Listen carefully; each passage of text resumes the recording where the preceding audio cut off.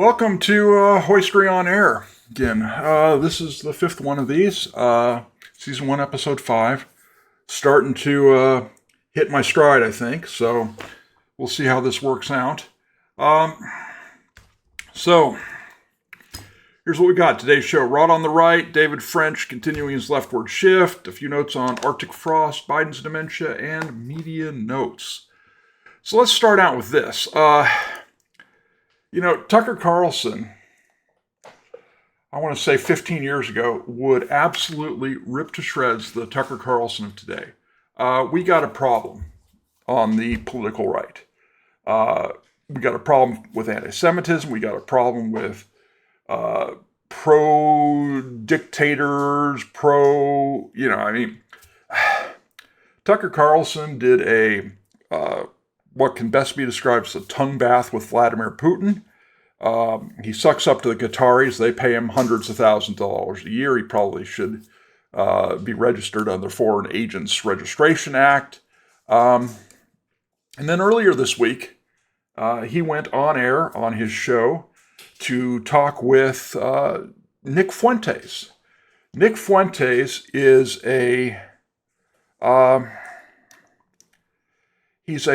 he's a young David Duke. He is a kid who shouldn't have the following he does. He's disgusting. He's hateful.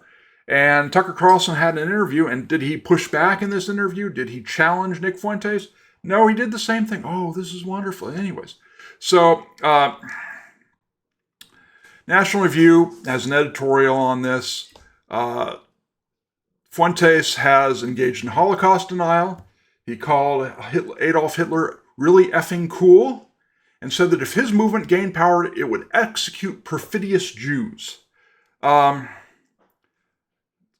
Review notes Carlson didn't even need to go back through old clips to find objectionable statements.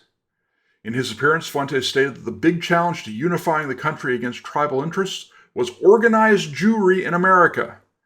And he expressed admiration for Soviet butcher Joseph Stalin.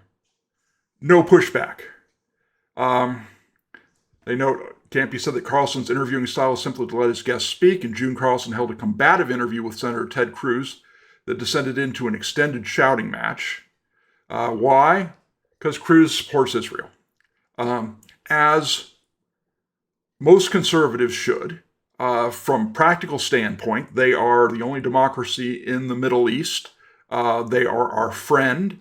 They do a lot of stuff for us. The whole, pager incident, kind of decapitating Hezbollah, that benefits us. Hezbollah is the one who killed, 200 plus Marines in Beirut several decades ago. That terrorist organization is no friend of ours, and they clean that stuff up for us. They've worked with us on containing Iran's nuclear program. We bombed it. They and us apparently were together in creating this worm that basically screwed up the computer-controlled centrifuges that was enriching uranium in Iran. Yeah, and then you got Carlson stated during his interview that he thinks Cruz, Mike Huckabee, and other figures who are Christian and support Israel have been infected by a brain virus.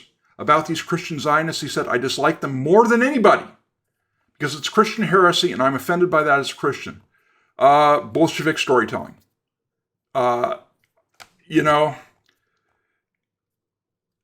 Tucker, I don't know how to judge Tucker's, Christianity.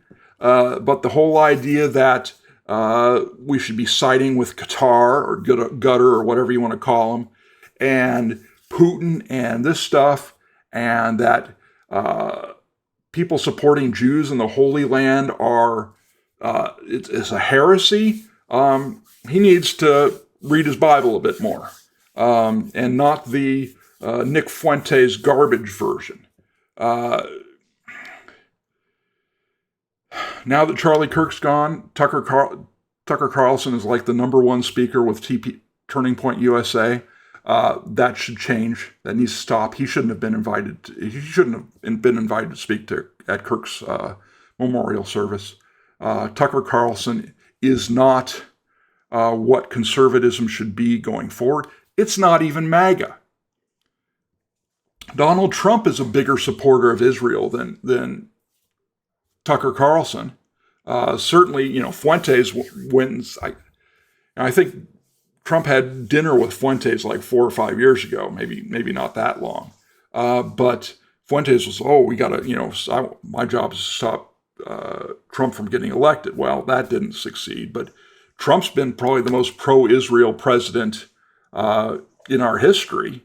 And Tucker's just off his rocker. The problem is it's spreading. We had this here from Kevin Roberts, who is the president of the Heritage Foundation, which I used to have a lot of respect for.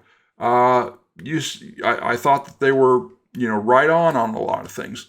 I want you to listen to this because this is crazy.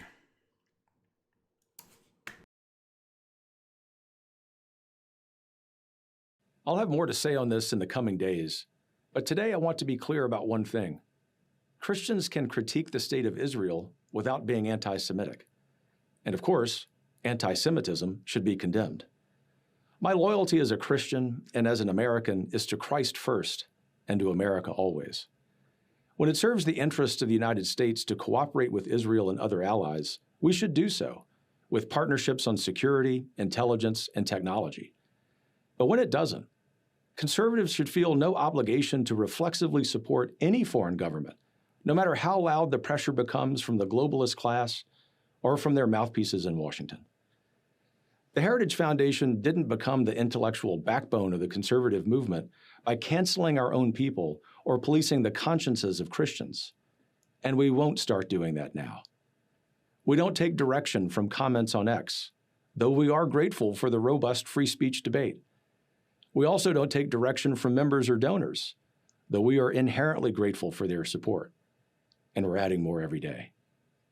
This is the robust debate we invite with our colleagues, our movement friends, our members, and the American public. We will always defend truth. We will always defend America, and we will always defend our friends against the slander of bad actors who serve someone else's agenda. That includes Tucker Carlson, who remains, and as I have said before, always will be a close friend of the Heritage Foundation. The venomous coalition. Really? Is there nothing that Tucker could do that would cause you to give him the boot? Nothing.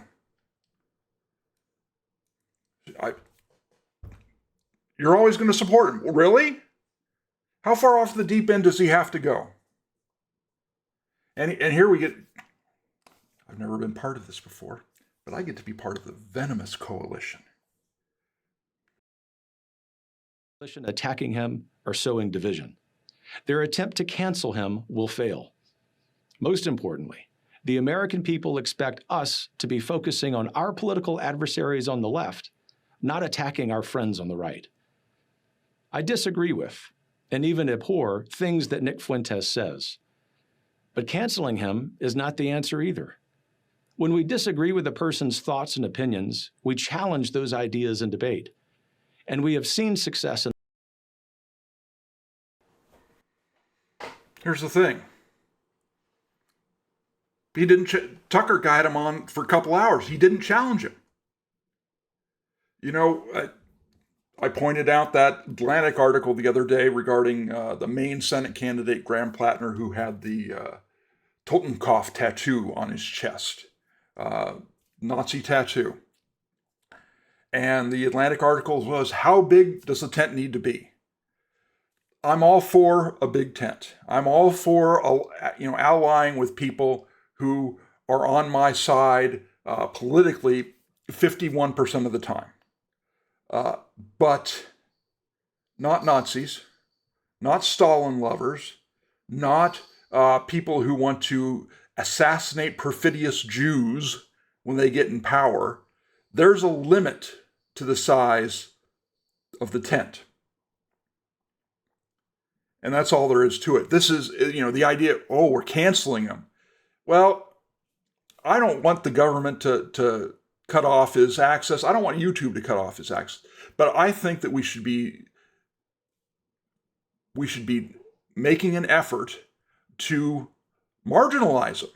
I mean, what did National Review do with the John Birch Society? The Birchers are beyond the pale. Nick Fuentes is beyond the pale. Tucker Carlson has arrived at the point where he's beyond the pale. Again, 15 years ago, if you showed Tucker Carlson and you morphed you put the screen in shadow and you tweaked the audio and played that to Tucker Carlson 15 years ago, I think he'd be absolutely outraged. Not now. People morph into different things, and we'll get to David French here in a couple of minutes. We got to have standards. An ever bigger tent is not the case, and there's got to be some point at which you cut people off because they are crazy or nuts or they're doing the wrong thing. You can try and correct them. If they persist, you got to let them go. Continuing. This approach as we continue to dismantle the vile ideas of the left.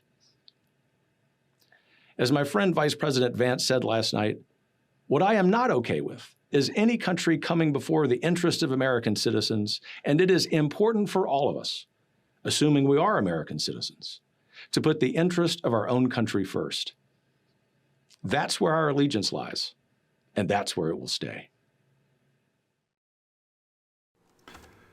Yeah, no, this is, it's not acceptable. Elise Shapiro, disappointed Tucker's not on the right anymore, just gone crazy, and Fuentes definitely shouldn't be welcome in anything called a conservative movement. Dang straight. Why is Tucker allowed to declare he hates entire segments of the mainstream conservative movement? We need to blithely defend him because friendship is special. Look, I'm all for, getting together on the right and making sure we, unite to defeat the worst parts of the left. But I'm not joining with the Nazis. Okay? I'm not joining with the anti-Semites. That's not happening. Jim Garrity over at National Review, Morning Jolt, has more on this. Welcome this. Again, Carlson's background, kiss butt to the Iranian president. Carlson predicted that when Trump hit Iran's nuclear sites, that this was going to cause World War III and tens of thousands of American soldiers were going to die. Didn't happen. Okay? He probably wished it happened. It didn't happen. Okay? So and again, Christian Scientists, seriously. You list a whole bunch of people here that you should hate more than, Christian Scientists, telemarketers, certainly. CrossFitters, almost undoubtedly.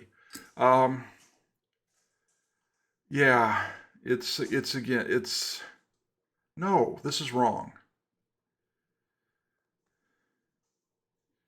Okay, I'd like to challenge Fuentes' idea that for those who worship false gods, when we take power, they need to be given the death penalty straight up. This is what Fuentes said.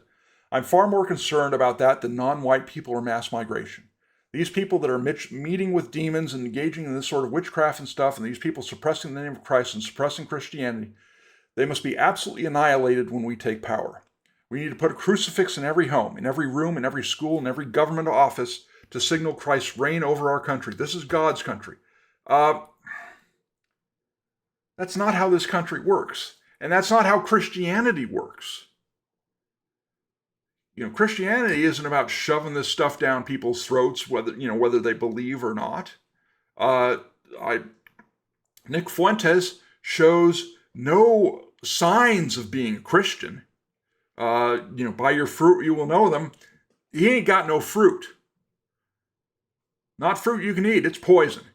All he is dealing with is poison. Garrity writes, now listen here, you little schmuck.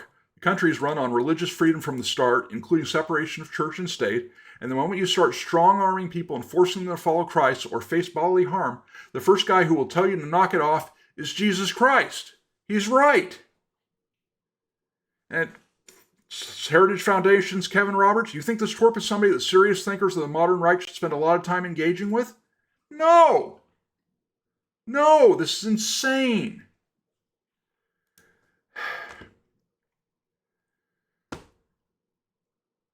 There's more at Washington Free Beacon.